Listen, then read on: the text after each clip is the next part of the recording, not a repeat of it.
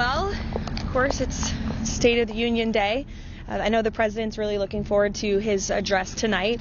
You're going to hear a speech that is a celebration of 250 years of our nation and our nation's independence. You're going to hear the president share the stories of everyday Americans who have benefited from his policies. You're going to hear the president share tear-jerking stories of American heroes, past and present, who really exemplify what it means to be a patriotic American.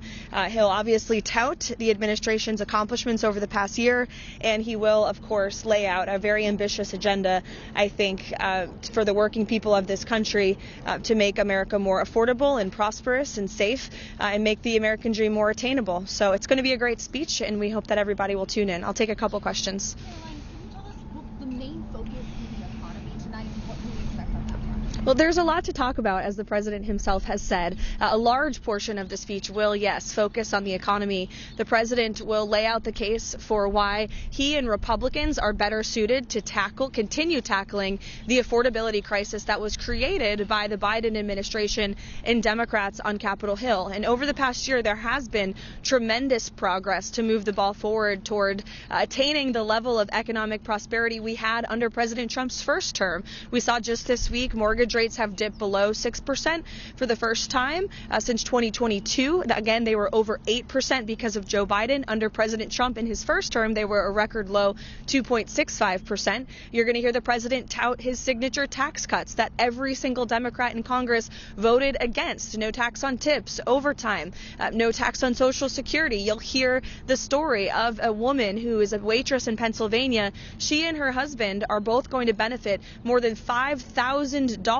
because of the no tax on tips and no tax on overtime policies of President Trump and Republicans. So the president's going to make the case that 3 more years with him in the White House and with Republicans on Capitol Hill, we can finally achieve the American dream in this country again that we had in his first term but was lost because of Joe Biden and the Democrats over the past 4 years. Karoline, there's some back and forth reporting yesterday about what may or may not have been the Pentagon's concerns about a protracted engagement with Iran. Can you expect to hear the president lay out anything tonight about what an American commitment would be if we decide we need some kind of military action in Iran? What can we expect to hear from the president on that?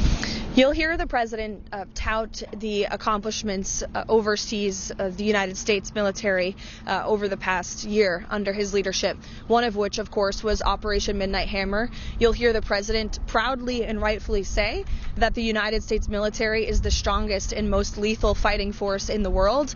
And you will hear him talk about the threats that remain abroad, but what the United States is doing to ensure that not only America is the safest country in the world, but remains the strongest country in the world. Does he consider Iran a threat that remains abroad? Well, look, Iran chants death to America. So you tell me if that's a threat. Elena.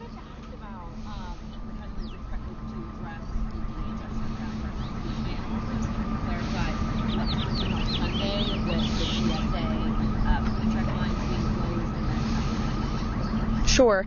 He will call on Democrats in Congress to reopen the Department of Homeland Security. It's despicable that they have shut down this agency that is responsible not just for the deportations of murderers and criminals whom none of you, including Democrat politicians, would want living in your communities, but also FEMA, who is on the ground in the Northeast right now, restoring electricity and power for families who have been impacted by the blizzard.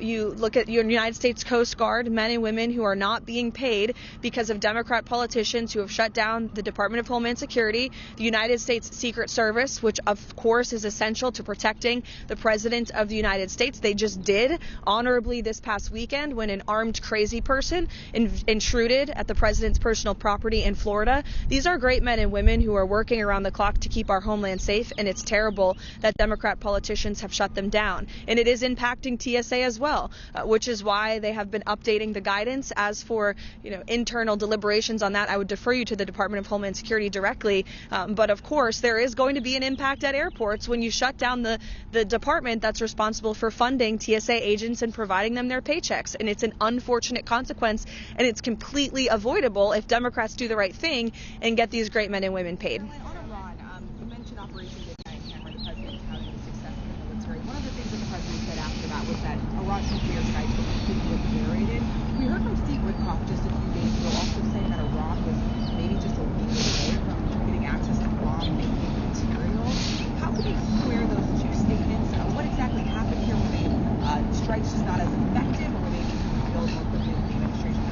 No, the president's initial statement, and the president reiterated that statement last night on Truth Social, that Operation Midnight Hammer was an overwhelmingly successful mission that did, in fact, obliterate Iran's nuclear facilities. That is not just verified by the President of the United States, but also the International Atomic Energy Commission as well. That does not mean that Iran may never try again to establish a nuclear program that could directly threaten the United States and our allies abroad, and that's what the president wants to ensure can never happen again.